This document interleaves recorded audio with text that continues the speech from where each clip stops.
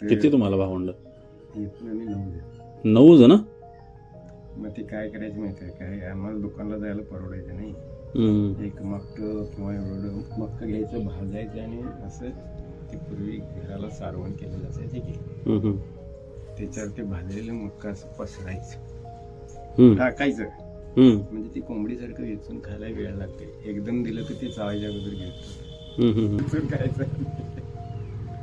काळ होता 50 वर्षापूर्वीचा, पण ते चांगले दिवस होते असं वाटतं. त्यावेळेला मक्क्याला बी चव होती, शेंगदाण्याला नाही.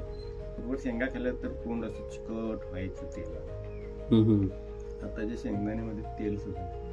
तुम्ही काजूला सुद्धा चव नाही बघा, त्यावेळेला शेंगदाण्याला चव होती. आता काजू सुद्धा चव बघा पाहिजे. त्यावेळी काजूला कशी चव होती?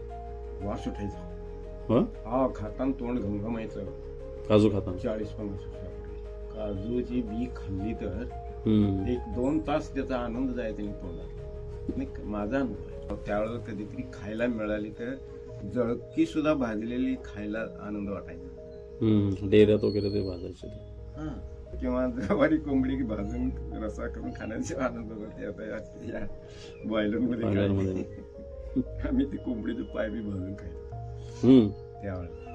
पण तिची एक टेस्ट होती काही, आता ती नाहीच आहे. तर काय करायचं, गोड हाय साखर नुसतंच तोंडाने सांगून का उपयोग नाही. ज्यानं जिभेवर ठेवली आणि त्याची गोडी साखरी त्याला सांगितलं पटेल त्याला. तसं पूर्वी जवारी कोंबडी जी काय होती की नाही, एक कोंबडा झाला 1-1.5 किलोचा तर एक मोठी घगर रस्सा व्हायचा आणि त्याला टेस्ट व्हायची, असं भुंकून प्यायचं.